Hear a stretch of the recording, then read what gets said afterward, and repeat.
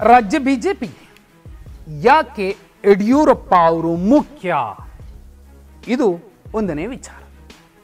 ಎರಡನೇ ವಿಚಾರ, ರಾಜ್ಯ ಬಿಜೆಪಿ ಘಟಕಕ್ಕೆ ಎರಡನೇ ಅವಧಿಗೆ ದಾಖಲೆ ಅನ್ನೋ ರೀತಿಯಲ್ಲಿ BY ವಿಜೇಂದ್ರ ಅವರ ಆಯ್ಕೆಯನ್ನ ಖಚಿತಪಡಿಸುವಂತಹ ಎಲ್ಲ ವಾತಾವರಣ ಸೃಷ್ಟಿಯಾಗ್ತಿದೆ. ಕಾರಣ ಇಷ್ಟೇ, ಶುಕ್ರವಾರ, ಆಷಾಢ ಶುಕ್ರವಾರ ಮಾಜಿ DCM ಅಶ್ವತ್ಥನಾರಾಯಣ ಅವರ ಮನೆಯಲ್ಲಿ ಒಂದು ಮಹತ್ವದ ಸಭೆ ನಡೀತು.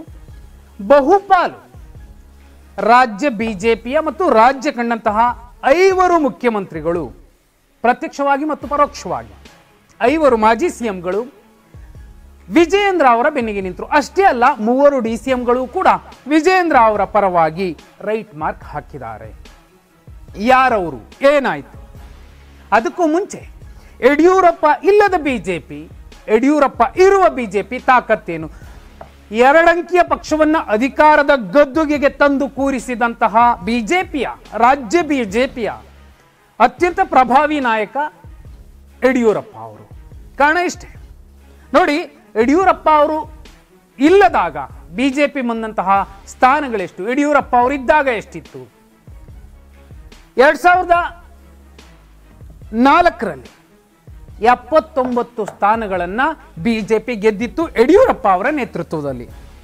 2008ರಲ್ಲಿ 110 ಸ್ಥಾನಗಳನ್ನ, ದಾಖಲೆ ಅನ್ನೋ ರೀತಿಯಲ್ಲಿ 110 ಸ್ಥಾನಗಳನ್ನ, ಮ್ಯಾಜಿಕ್ ನಂಬರ್ಗೆ 3 ಕಮ್ಮಿ, ಯಡಿಯೂರಪ್ಪ ಅವರ ನೇತೃತ್ವದಲ್ಲಿ ಬಿಜೆಪಿ ಗೆದ್ದಿತ್ತು.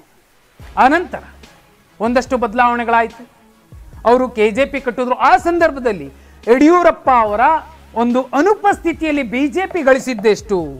ಕೇವಲ 40 ಸ್ಥಾನ. ಮತ್ತೆ ಯಡಿಯೂರಪ್ಪ ಅವರು ಬರ್ತಾರೆ. 2018ರಲ್ಲಿ ಬಿಜೆಪಿ 104 ಸ್ಥಾನಗಳನ್ನು ಗಳಿಸುತ್ತೆ, ಇದೇ ಯಡಿಯೂರಪ್ಪ ಅವರ ನೇತೃತ್ವದಲ್ಲಿ. ಆನಂತರದಲ್ಲಿ ಯಡಿಯೂರಪ್ಪ ಅವರನ್ನ CM ಸ್ಥಾನದಿಂದ ಕೆಳಗಿಳಿಸಿ ಅಲ್ಲಿಗೆ ಬಸವರಾಜ ಬೊಮ್ಮಾಯಿ ಅವರನ್ನ ತಂದು ಕೂರಿಸಿ ಬಿಜೆಪಿ ಹೈಕಮಾಂಡ್ ಮತ್ತೊಂದು ಸುತ್ತಿನ ಕಸರತ್ತು ಮಾಡಿತು. ಆಗ ಬಿಜೆಪಿ ಗೆದ್ದಿದ್ದು ರಾಜ್ಯದಲ್ಲಿ ವಿಧಾನಸಭೆಯ ಚುನಾವಣೆಯಲ್ಲಿ 2023ರ ರಾಜ್ಯ ವಿಧಾನಸಭಾ ಚುನಾವಣೆಯಲ್ಲಿ ಕೇವಲ 66 ಸ್ಥಾನ.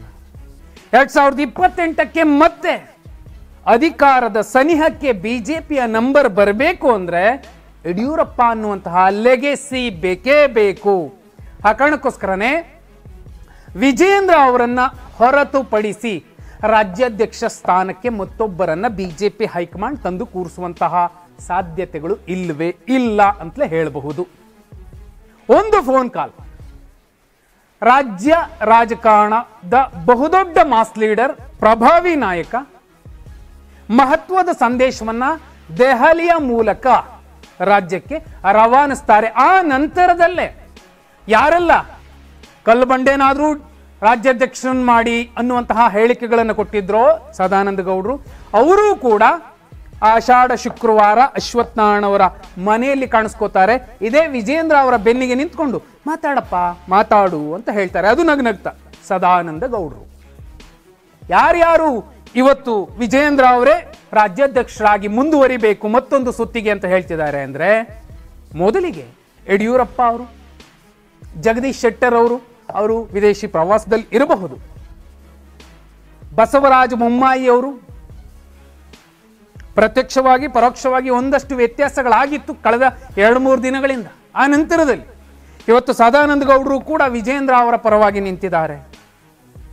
ಇದರ ಜೊತೆಯಲ್ಲಿ ಕೇಂದ್ರ ಸಚಿವ ಮಾಜಿ ಮುಖ್ಯಮಂತ್ರಿ HD ಕುಮಾರಸ್ವಾಮಿ ಅವರು ಕೂಡ ವಿಜೇಂದ್ರ ಅವರ ಪರವಾಗಿ ಧ್ವನಿ ಎತ್ತುತ್ತಿದ್ದಾರೆ ಹೈಕಮಾಂಡ್ ಮಟ್ಟದಲ್ಲಿ ಎನ್ನುವಂಥದ್ದು ದೆಹಲಿ ಮಟ್ಟದಲ್ಲಿ, ದೆಹಲಿಯ ಪಡಸಾಲೆಯಲ್ಲಿ ಕೇಳಿ ಬರ್ತಿರುವಂತಹ ಒಂದು ವಿಚಾರ. ಜೊತೆಯಲ್ಲಿ ರಾಜ್ಯ ಬಿಜೆಪಿ ಘಟಕದಲ್ಲೂ ಕೂಡ ಇದೇ ವಿಚಾರ ಚರ್ಚೆ ಆಗ್ತಿದೆ.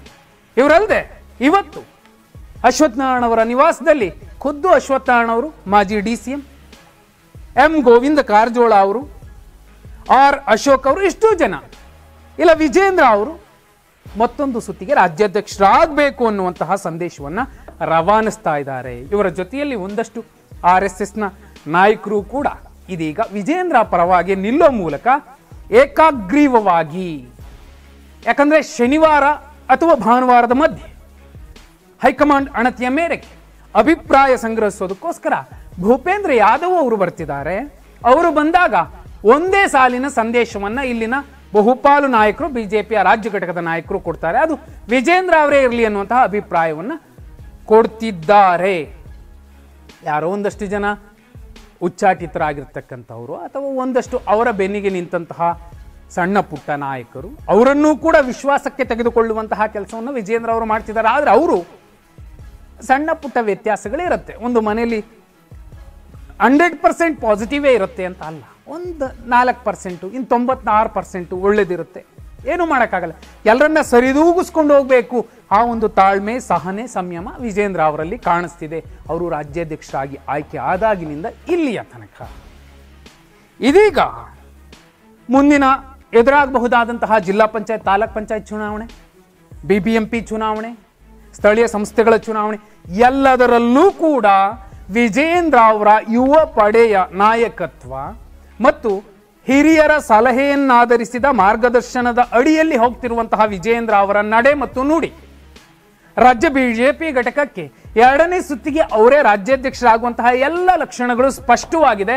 ಅದಕ್ಕೆ ಸಾಕ್ಷಿ ಏನು 5 ಮಾಜಿ ಮುಖ್ಯಮಂತ್ರಿಗಳ ಬೆಂಬಲ, ಮಾಜಿ ಉಪಮುಖ್ಯಮಂತ್ರಿಗಳ ಬೆಂಬಲ ಈಗ ಒಂದು ಅಧಿಕೃತವಾದಂತಹ ಸೀಲನ್ನು ಹಾಕ್ತಾ ಇದೆ. ಈಗಲೂ ಕೂಡ ಸಾಕಷ್ಟು ಮಾಧ್ಯಮಗಳಲ್ಲಿ ಸುದ್ದಿಯ ಕಾರಣಕ್ಕೋ ಅಥವಾ ಬೇರೆ ಕಾರಣಕ್ಕೋ ಬದಲಾವಣೆ ಗಿದಲಾವಣೆ ಯಾವುದೂ ಇರೋದಿಲ್ಲ. ವಿಜೇಂದ್ರ ಅವರೇ ಮತ್ತೊಂದು ಸುತ್ತಿಗೆ ಬಿಜೆಪಿ ರಾಜ್ಯ ಘಟಕದ ರಾಜ್ಯಾಧ್ಯಕ್ಷರಾಗ್ತಾರೆ ಅನ್ನುವುದರಲ್ಲಿ ಯಾವ ಅನುಮಾನವೂ ಇಲ್ಲ ಅನ್ನುವಂಥದ್ದು ದೆಹಲಿ ಪಡಸಾಲೆಯಲ್ಲಿ ಪ್ರತಿಧ್ವನಿಸ್ತಿರುವಂತಹ, ಜೋರಾಗಿ ಕೇಳಿಸ್ತಿರುವಂತಹ ಸಂಗತಿ. ಹಾಗಿದ್ರೆ ಅದು ಯಾವ ಪ್ರಭಾವಿ ನಾಯಕನ ಒಂದು ಫೋನ್ ಕರೆಗೆ 5 ಮಾಜಿ ಮುಖ್ಯಮಂತ್ರಿಗಳು ಮತ್ತು 3 ಉಪಮುಖ್ಯಮಂತ್ರಿಗಳು ಒಟ್ಟಿಗೆ ನಿಂತರು. ಈಗ ಸಾಕಷ್ಟು ನಾಯಕರು ಬೆನ್ನಿಗೆ ನಿಂತ್ಕೊಂಡು ಎಲ್ಲೋ ಒಂದು ಕಡೆ ವಿಜೇಂದ್ರ ಅವರಿಗೆ ಹೆಚ್ಚಿನ ಜವಾಬ್ದಾರಿಯನ್ನು ಹೊರಿಸ್ತಿದ್ದಾರೆ. ತುಂಬ ಚಿಕ್ಕ ವಯಸ್ಸಿಗೆ ಅವರಿಗೆ ಈ ಒಂದು ಅವಕಾಶ ಸಿಕ್ಕಿದೆ.